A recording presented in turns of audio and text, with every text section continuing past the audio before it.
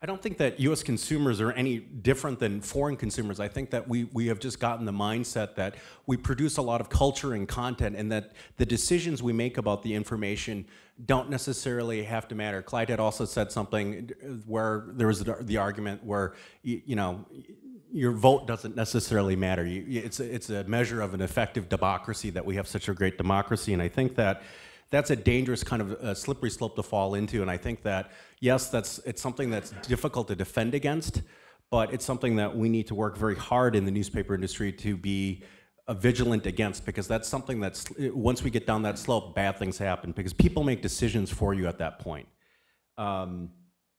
A lot of times the stress that we have in our culture seems to be more about mediocrity and being in the middle of the pack rather than having a stress on education. We have a number of people here from Korea, and I can tell you probably the majority of Koreans study a lot harder than a lot of our students. And I'm not saying that to be mean or to slander anybody here, but this is something that we need to look at in terms of the future consumer. The future consumer is with our students and the demands that we put on those students to be informed and to be participants in the future. And we really need to work hard for that 70% that we kind of discounted. It's not the top 20% that we should be worried about. It's the 70% that may not have gone to college. They have a right to news. We need to find a way to reach out to them and to connect with them.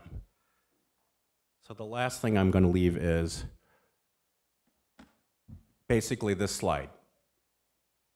Students to read, engage, argue, and participate in a civil society. Sorry. Through an informed